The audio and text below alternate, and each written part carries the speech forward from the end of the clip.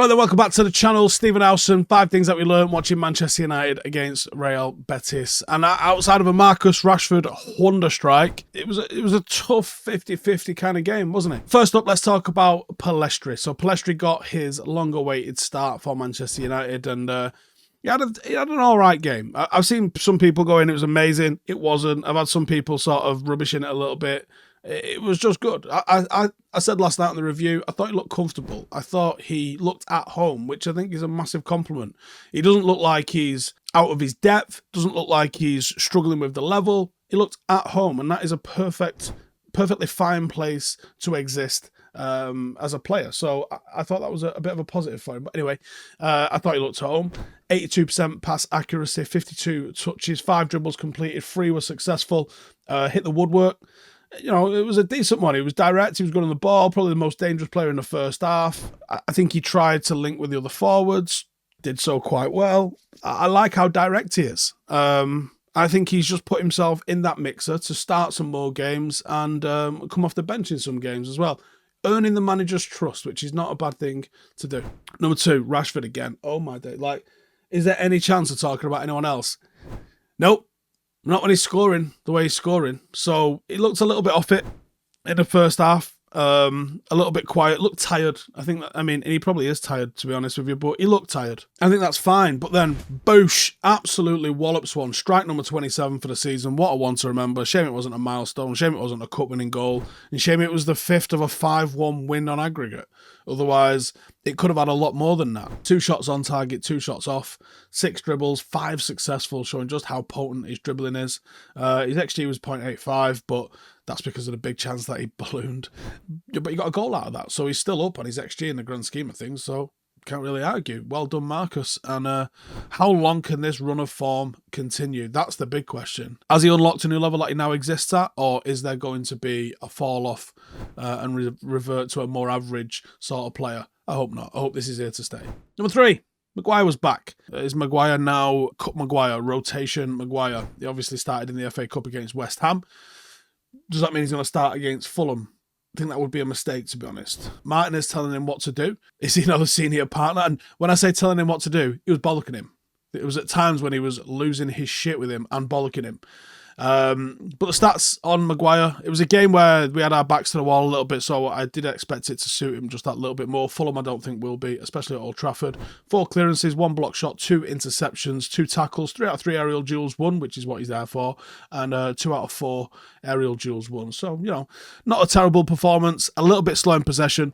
There's a couple of things that I don't like with my own lads when we're doing it. One of the things that I don't like to do is a pass to the fullback. I think it's an obvious pass, and if that's not a fast pass into the right sort of zone, and that's usually in front of the fullback at a good angle, then that's a terrible pass, and that's a pressing trigger for a lot of teams. And there's a reason I don't let my teams do it. I had a new lad in training on Tuesday, and he passed to the fullback from inside his own box, probably like not a 30-degree angle, wasn't enough depth on it. And I stopped the session, walked over and bollocked him. We do not pass to the fullback from here. That's an obvious pass. The fullback was pressed and it slowed everything down. Harry Maguire did the exact same thing to Wan-Bissaka. He took control of the ball inside the box, a little bit slow, and then played a ball that wasn't really fizzed in, wasn't in front of Wan-Bissaka. It was kind of to the side of him a little bit. So Wan-Bissaka had to turn. As he's turned, he's pressed. Wan-Bissaka loses the ball. Harry Maguire gets a completed pass. Wan-Bissaka gets a possession loss. Now, who's that really on? And that's one of my issues with Maguire as a footballer in terms of the things that he does like that. When I think it's cowardly from centre-backs to play sideways like that. Now, if you're on the halfway line and you're rotating possession, that's a totally different thing. But playing out from your own box, under pressure, the ball has to go forward. And Harry Maguire, for me, doesn't do that. He loves a fullback pass, loves it.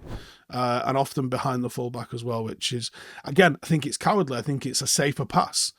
You know, it's easier to make sure you retain possession, but then you're not getting that forward momentum. But anyway, it's one of those. Number 4, Casemiro signs off. So Casemiro now goes on a bit of a sabbatical for the next 4 games. The next time we see him will be the Europa League quarterfinal first leg. We have got a video looking at some Casemiro replacements, if you want to go and have a look at that, how that might work out and how badly we really need him. We are terrible without Casemiro. So massive, massive call now for Erik ten Hag to get this right. Who's it going to be? I think McTominay will be involved. Is it alongside Sabitzer? Is it alongside Fred? Does he try and accommodate all three of them to try and give us what Casemiro gives us between them? And maybe accommodate Bruno on the right-hand side to do that? I don't know, but he's got a massive, massive decision to make to get the best out of Manchester United without Casemiro, because he is an absolute integral piece of the puzzle for United. Tonight, 106 touches, 63 completed passes, 4 tackles, 2 interceptions. Go and check out the video I did on the possible replacements if you've not seen that already. And number 5, is Europa League a priority? I spoke to Jay last night. And he asked me, what do I think we're going to win for the rest of the season? Are we done, or do you think we'll pick up some more trophies? And despite the FA Cup being 3 games to win it, 3 wins, done. 3 more wins, done. You're at Wembley in the next round, done. I still think that's going to be what we balls up. Even though there's twice as many games left to go in Europa, I've just got this sneaky suspicion that we're going to do it in Europa League. Don't know why.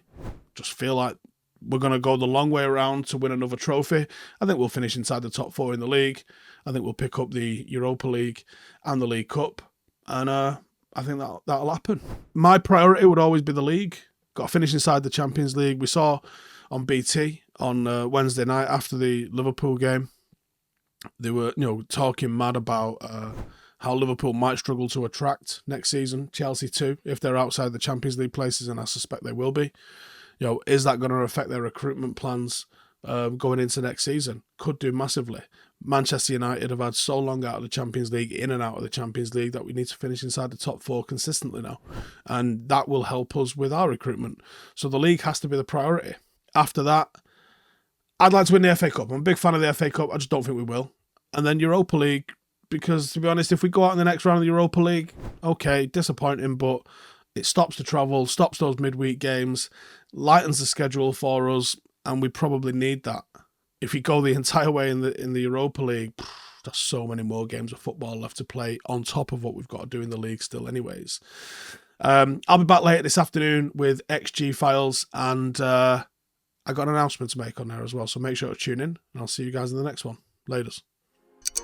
Hey, thank you for watching the video. If you are new around these parts, then don't forget to subscribe. My channel is proudly supported by my community on Patreon. If you'd like to get a little bit of extra content, a Discord group, meetups, 5-a-side games, weekly podcasts, behind the scenes, and even an occasional bit of transfer news as and when I get it, then for the price of a pint, you can show your appreciation for the content that we make and get some goodies for doing so as well. Check the link in the description or click the button right here. You'll also find all of my socials here too if you want to follow me on any of those platforms. Nice one.